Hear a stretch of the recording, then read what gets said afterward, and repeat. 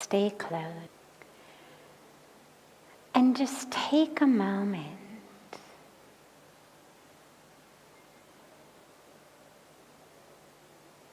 and allow yourself to really arrive.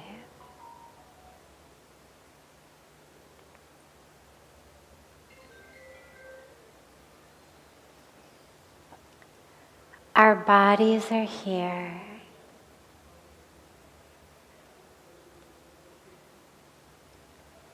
But allow the awareness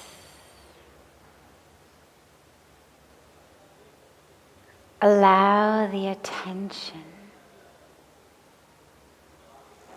allow the presence of mind, the presence of heart to also arrive.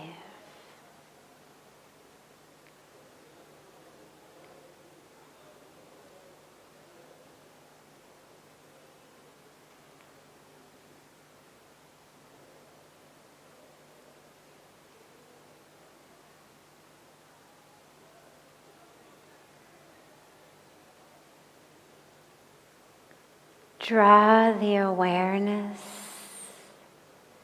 to your breath. Don't try to change your breath, but just allow. Allow the awareness to merge into your breath.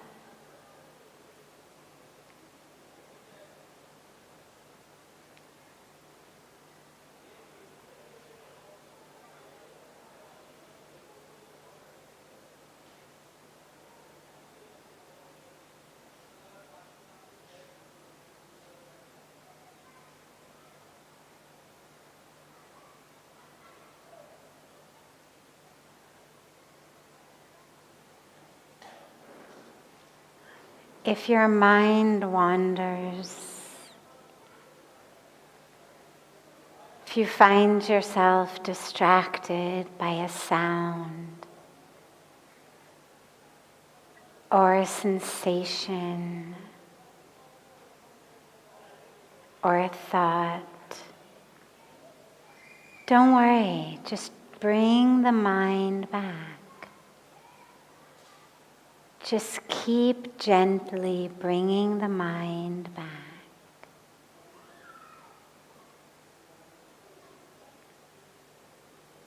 There will always be distractions in life.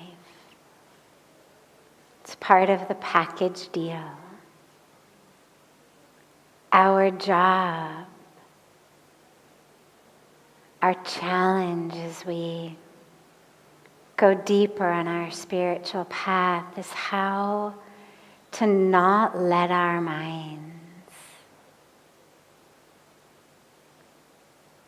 get grabbed and kidnapped by every random sound or sensation. How not to get distracted by every thought. So just draw the mind back to the breath.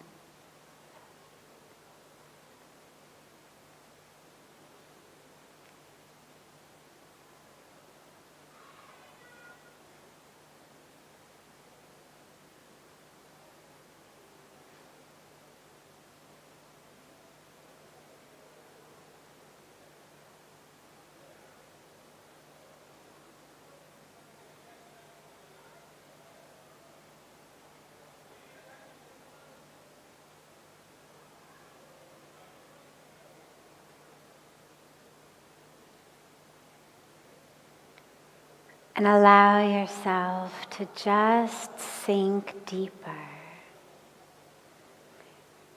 into that state of full awareness with each breath. drawing the awareness more and more inward.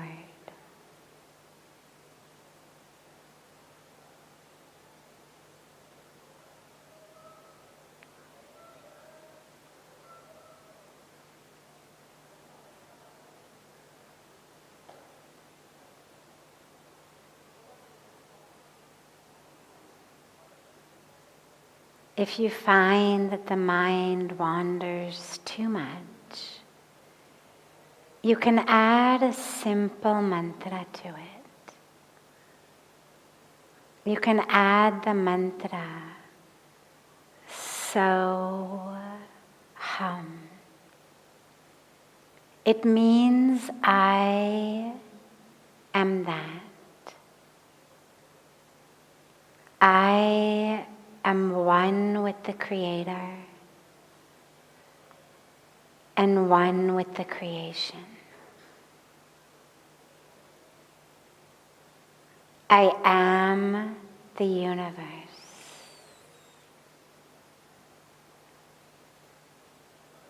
I am it all.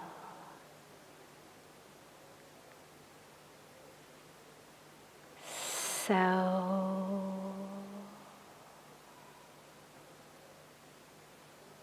hum.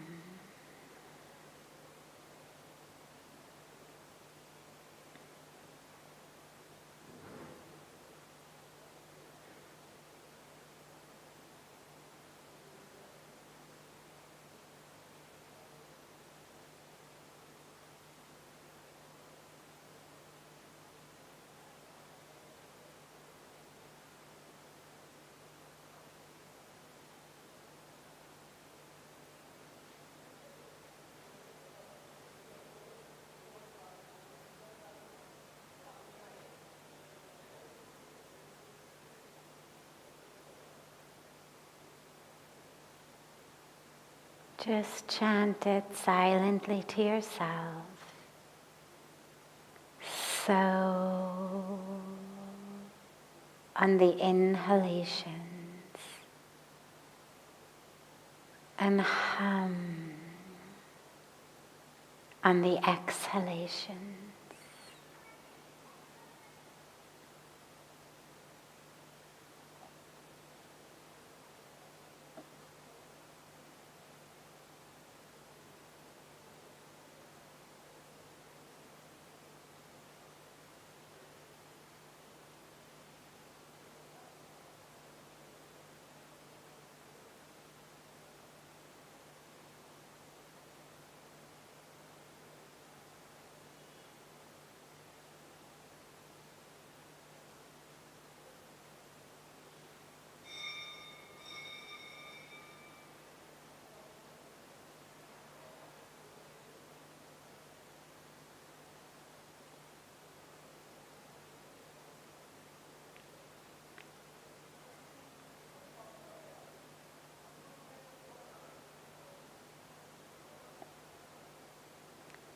Slowly and gently, bring the palms of your hands together at chest level and rub them gently against each other.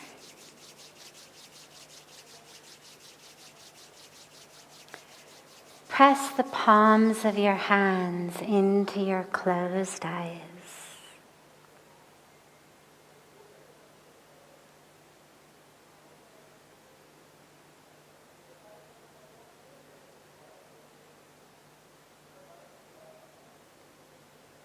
Slowly open your eyes and lower your hands.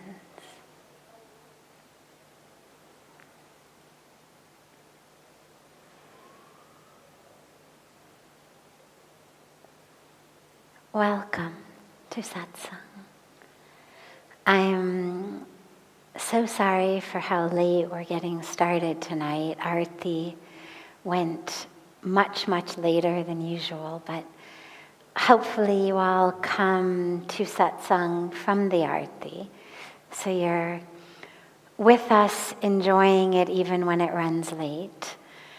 But usually these days we we do finish significantly earlier, so we will be able to be starting on time at 6:30. But tonight with our special holiday and special guests, it went late.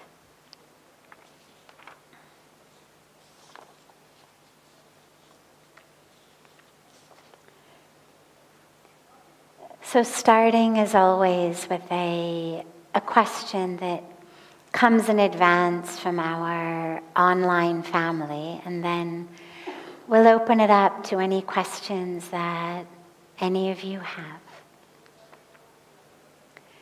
The only blessing left that I want in life is that my 38-year-old daughter should be married. Is there anything you can recommend that I can do to make sure that happens?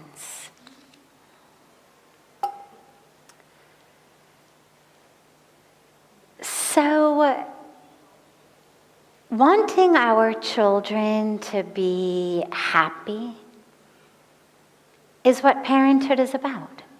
We want our children to be happy. We want them to be successful. We want them to be peaceful.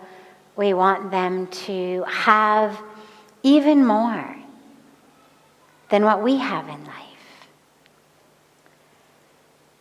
The dilemma arises when we think that we know what they need to be happy.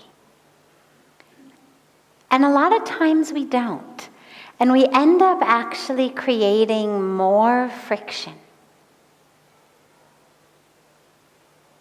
through our agenda than help.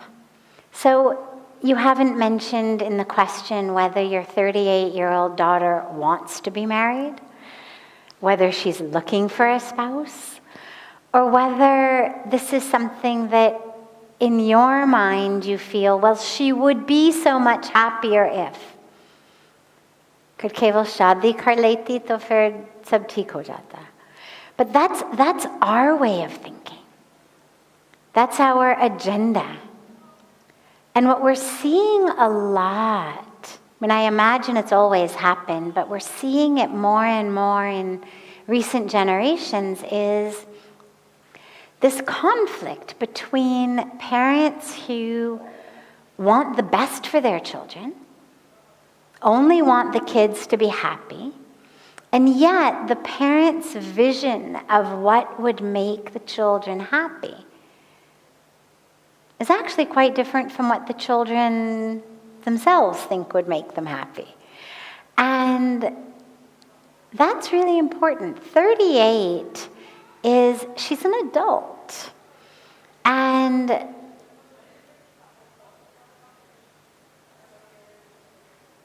I have to imagine that if getting married were a priority for her, if that were something that she was really, really looking for, she'd make it happen. But if by 38 she's not married, what that means to me is that that isn't such a priority for her. Maybe her career is more of a priority. Maybe traveling is more of a priority. Maybe her spiritual practice is more of a priority. Maybe she's in beautiful relationship, but they're just not married, whatever it may be. But I would say that there's absolutely nothing that you as a parent can do to make your 38-year-old daughter get married. And the best thing that you can do for her happiness, her peace, and also your relationship is for you to let go. Because on some level she knows you're not satisfied with her life. On some level she knows that you want something from her, of her, for her, that isn't there. And that's going to create a challenge for her. That's going to create a sense in her that somehow she's letting you down, that somehow she's disappointing you, that somehow she's not fulfilling what you want for her. And that takes away our happiness, takes away our peace, takes away our freedom. So certainly ask her, darling, beta, honey, whatever you call her, are you looking for a spouse? Is that something you'd like me to help you with? And if she says, oh yes, please, for God's sakes, I'm dying to get married, could you just, do something? Well then, by all means, let me know, we'll think of something. But my instinct, given that she's 38, is that she's making different decisions in her life. And that the last thing that she needs is to feel like she's somehow letting you down, or she's incomplete or inferior because she's not married. Because what that message does is it says, on your own, who you are is not enough. Jab tak koi patti nahi hoti, well, you are not complete. And that's a really dangerous message. I mean, marriage is wonderful. Lots and lots of people in the world are very, very happy in marriage. But for a lot of people, that's not necessarily their dharma, or maybe it's just not their priority right now. And I know a lot of people, both monastic renunciants, sannyasis, as well as non-sannyasis, non-renunciants, non-monastics, who are not married and very, very happy. Their lives are very full. And I also know a lot of people who are married and who are miserable and who wish that somehow they could get out of the marriage in order to be happy and peaceful and free. So it's neither the presence of a marriage nor the absence of a marriage that actually brings that joy, that meaning, that fulfillment in life. We've all got different paths to walk, different dharmas to unfold. And so the best gift you can give your daughter, the best blessing for her, is that she should find happiness. She should find peace. She should find fulfillment, meaning in her life as it is. And that she should feel totally free and empowered, not just by society, but by you, especially her parents, because no matter what we say, we always want our parents to approve, to be proud of us, to respect the choices we make, to understand us. And so the best blessing for her is joy and peace and fulfillment in whatever path she chooses. And for her to know that your blessings as her, not sure if it's a mother or a father, but as her mother or as her father, that your blessings are with her. Not blessings that she should get married, but blessings with her for whatever path she chooses. And that you fully support her. And you fully respect her. And you fully see her and recognize her as a full being. Chahe koi pati ho ke nahi hai. It's not a husband or a wife that makes us full. We are full. And in our fullness, should we choose to get married, wonderful. And in our fullness, should we choose not to get married, also wonderful. If you're looking for a relationship to complete you, You're going to be bitterly disappointed when you get involved in one, because you're going to find that it doesn't. The relationships that are the most meaningful and successful are two people fully grounded in their own fullness and completeness, who come together in that fullness. So don't think that she needs it in order to be full. Bless her with your love, with blessings of happiness and peace and respect and celebration, whatever she chooses. And again, if she says to you, yeah, kuch karo, find me a partner, find me a spouse, well then, let me know, or hum kuch na kuch soch lete hain. We'll figure it out. But check with her. Check with her whether she wants your involvement or whether she's really happy the way she is.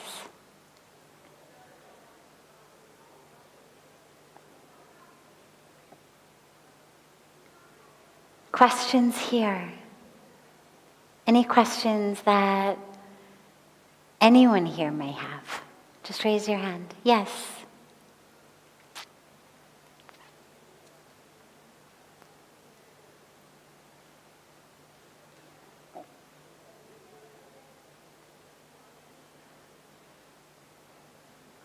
No problem, just stand up and speak. They'll figure it out. Namaste.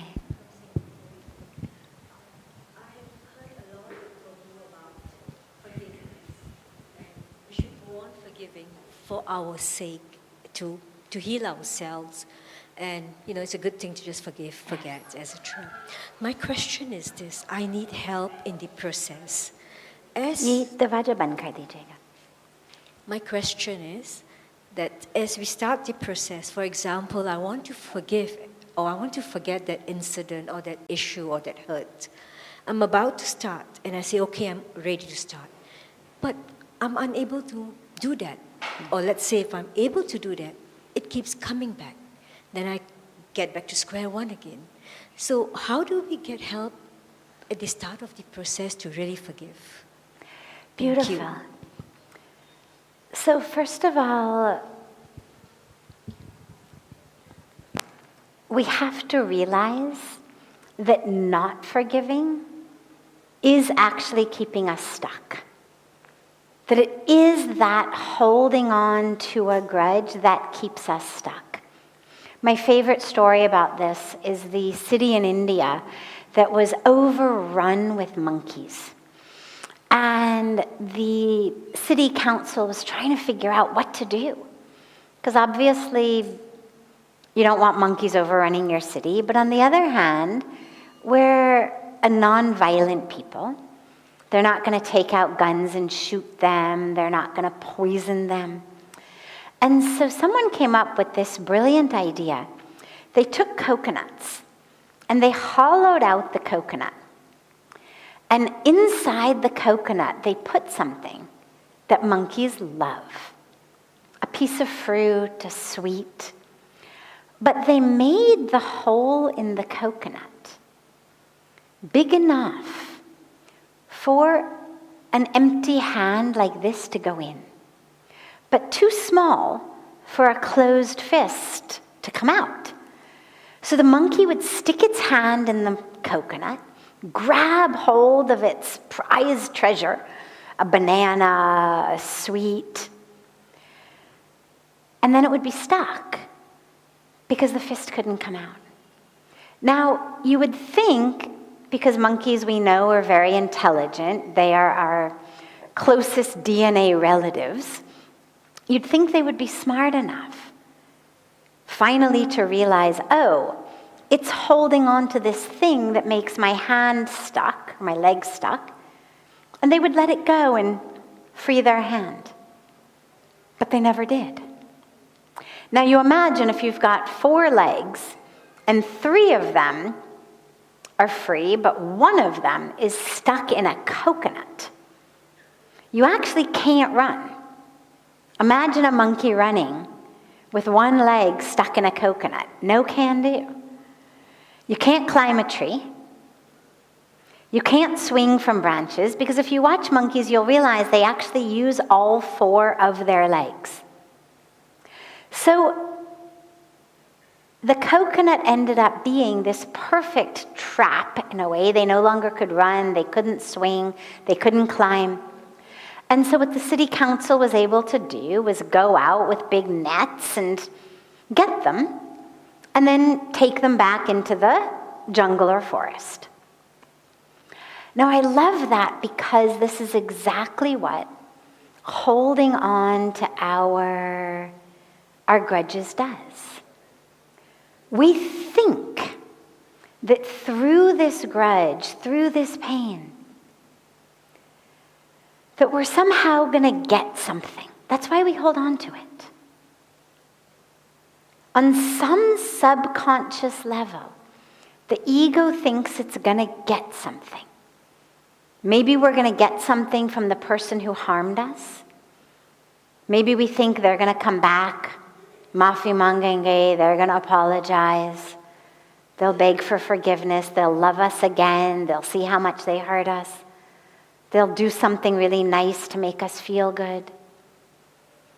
Or maybe we think that we're going to get something from society. People will see what's happened to us. They will feel badly. They will give us sympathy and empathy. They'll take good care of us. They will love us. Or maybe it's something in our own lives. Maybe as long as I identify as being harmed in that way, being abused, being betrayed, being cheated, being lied to, being abandoned, whatever it was, well, it's a ready-made excuse that I have not to step up to the plate of my own life. It's a ready-made excuse never to trust. It's a ready-made excuse never to fulfill my dharma. Because, well, I was harmed, I was this, I was that, that's why I'm afraid, that's why I'm miserable, that's why I'm depressed, that's why I'm anxious. इसलिए मैं कुछ कर नहीं पा रही हूँ. It's a ready-made excuse. It's a crutch. So, if we're not letting go, you have to realize there's something that unconsciously our ego thinks we're getting from it. Whether from someone else, from our own selves. And this is where we have to realize that it's actually like the monkey situation. We're not getting anything from it. Like the monkey thinks it's going to get a sweet, it's going to get a fruit. This banana is just, it's coming. When actually, that is now what has handicapped me. That is actually now what is making me stuck. If the monkey wanted to be free, all it has to do is be prepared to let go of its closed fist over the sweet or the fruit. And then it's free. Its hand would easily come out of the coconut. It would run away. It's the very thing that it thinks it wants that ends up bringing about its downfall, that ends up making it stuck. Today is Gita Jayanti, and in the Bhagavad Gita, Bhagavan Krishna emphasizes over and over again letting go of our ignorance. Being prepared to let go of the ignorance, because our ignorance makes us suffer. People say ignorance is bliss. It is not bliss. In our ignorance, we get angry. In our ignorance, we feel jealous. In our ignorance, we compete. In our ignorance, we feel like we are less than in some way.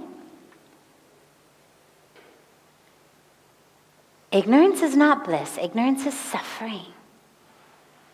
And so if you really want to let go of this pain, this grudge, first of all, you have to be deeply, acutely aware that holding on to it is what's making you stuck. It's like if I had a hot coal and I threw it to you, and you didn't quite know what it was, so you caught it, And as you catch it, you realize it's burning your hands. Well, you're as fast as you can, you're going to let it go. Because you realize it's burning my hands. I don't need to give you a lecture to let it go. You don't need to read all 700 verses of the Bhagavad Gita to let it go. Instinctively, we know this is harming me. It's burning me. It's a hot coal. You're going to drop it. And so you need to be acutely aware of how this grudge, how this pain is keeping you stuck. Allow yourself to really introspect on that. What is it in your life that is stuck because of that? And then when you go to let it go,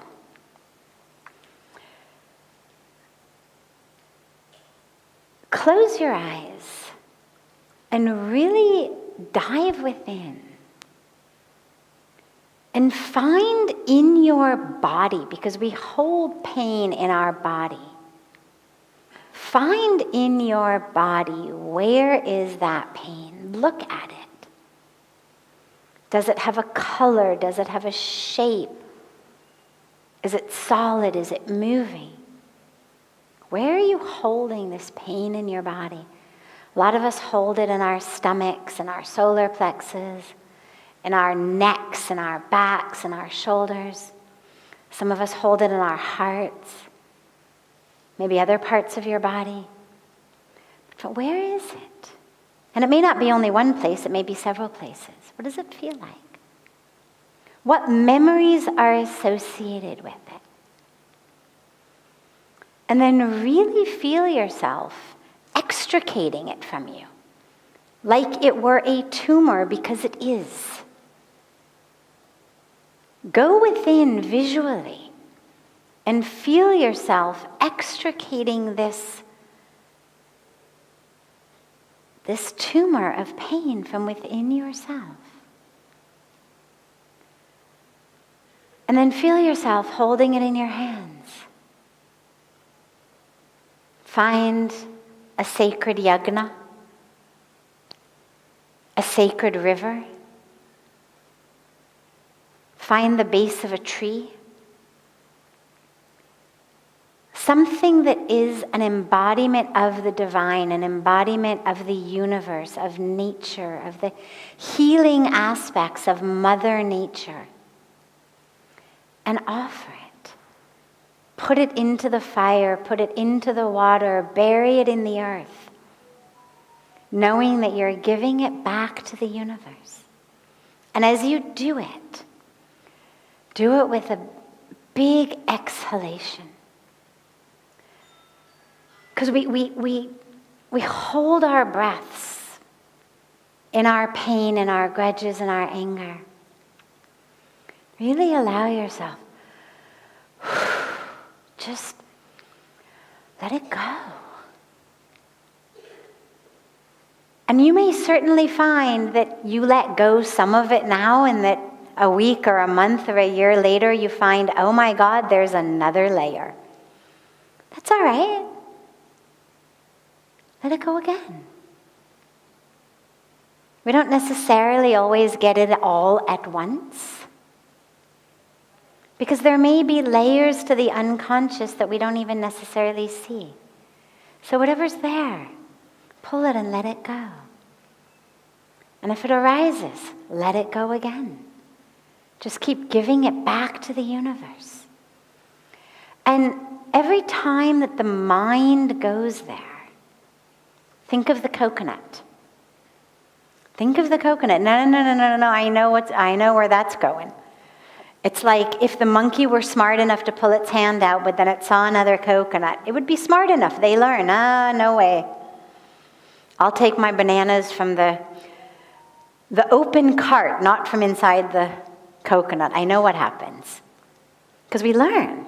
Usme mein fas jati hun. Usi vichar mein fas jati hun. I've seen it before. I know what happens. I get stuck. I know where that thought is going. It takes me to misery. I don't want to go there. So next time it begins to arise, just look at it like you were the monkey looking at the coconut going, not this time, not this time. And bring on a different thought, a thought of love, a thought of joy. Bring on your mantra. But give your mind something else so that it doesn't keep ruminating that. And it works. I've seen it in my life. I've seen it in so many people's lives. It works. Beautiful. Of course. Any other questions? Yes.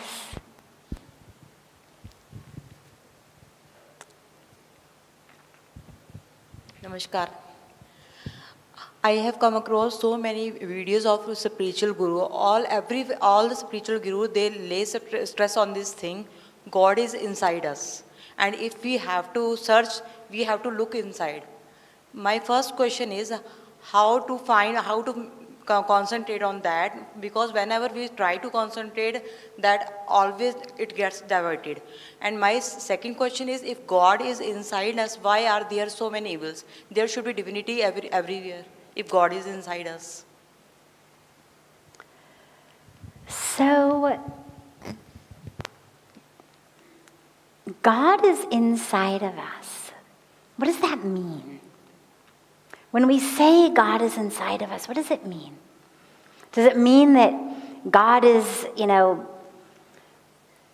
sitting on top of your kidneys right next to your adrenal glands and you just have to somehow be able to see it?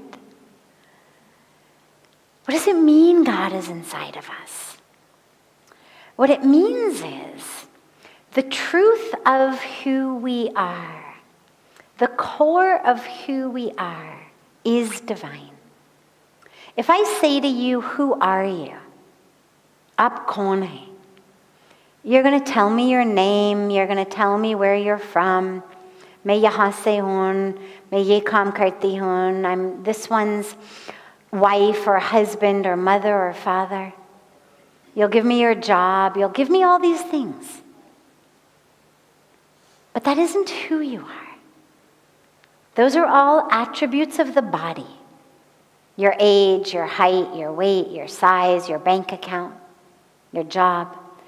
These are attributes of the body. Body keeps changing. That's not who you are. The core of who you are is the divine.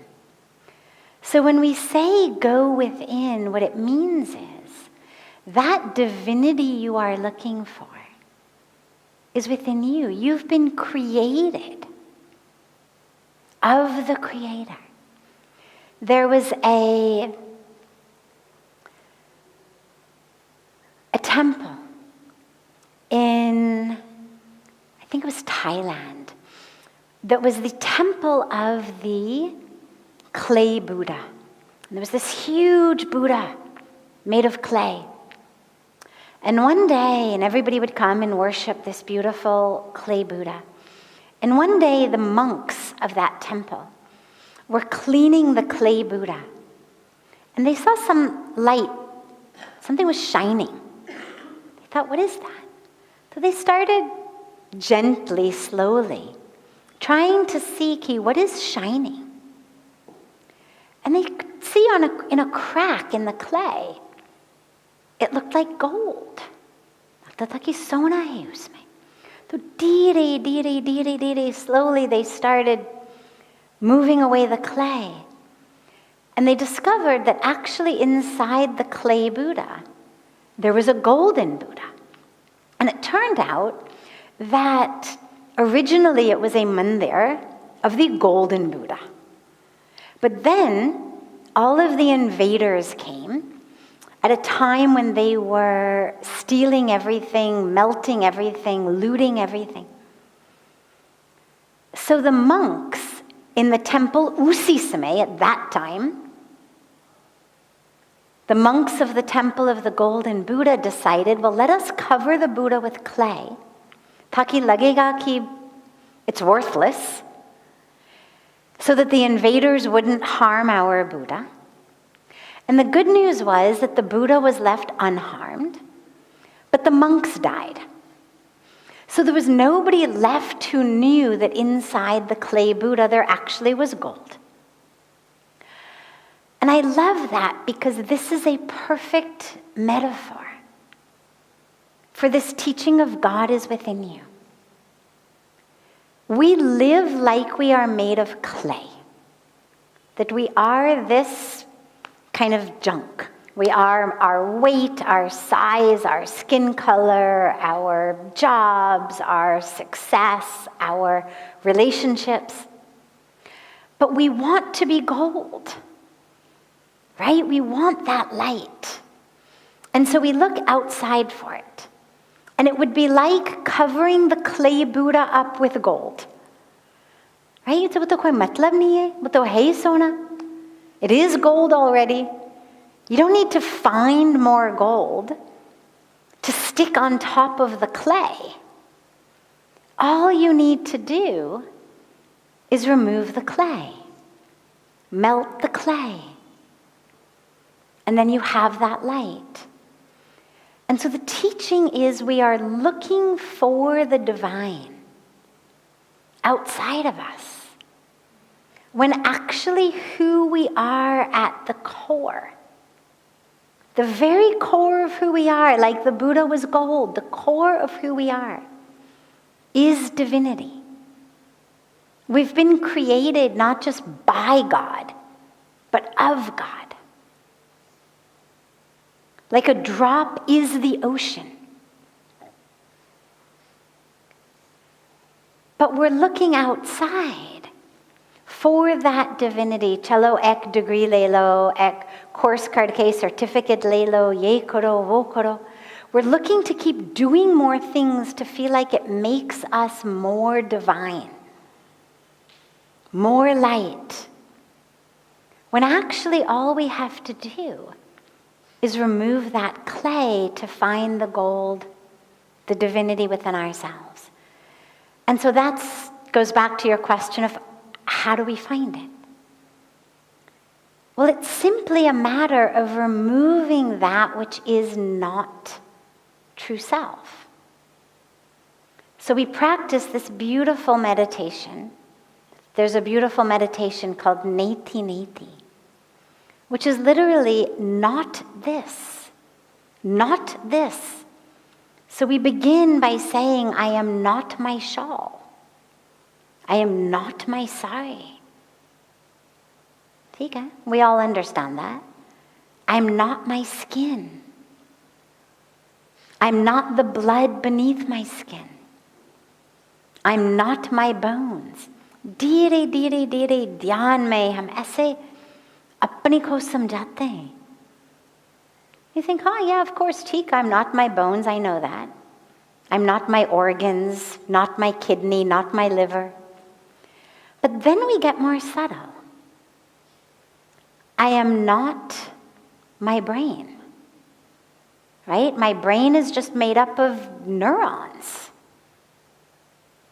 Gray matter, white matter. The brain functions with chemicals and electricity. What makes thoughts, emotions, feelings are there's this electrical charge that runs in the brain, and then the neuron that has the chemicals, it releases the chemicals. Then that makes more electricity in the next neuron. Then that neuron releases its chemicals. That's what we call thoughts. If we say कि मैं ऐसे सोचती हूँ, या I am feeling this, thinking that, what that really is saying is the electricity in my brain is causing the neurons in my brain to release chemicals that form a pattern that we call sadness or we call anger. But it's just chemistry and electricity. I am not chemicals. I am not electricity. Right? We know that. Which means I'm not my thoughts. Means I'm not my feelings, not my emotions. Dire, you go one by one, what I am not. And then we hit that beautiful space in which the clay has been removed. Not clay, not clay, not clay. And then that true experience of who we are, that goldenness, it arises. It's there, up and up. So that's the meaning of God is in you. God is also outside. God is everywhere. Asini ki God keval mujh mein hai. God is in everything. So when we say God is in you, it means you don't have to look outside. But if it's easier for you to begin by experiencing God in a mandir, in a deity, in Mother Ganga, in a tree, that's fine also. It's the same God. Doesn't matter. But eventually the awareness arises. Ki mujh mein bhi hai. That same divinity I am worshiping outside also exists in me.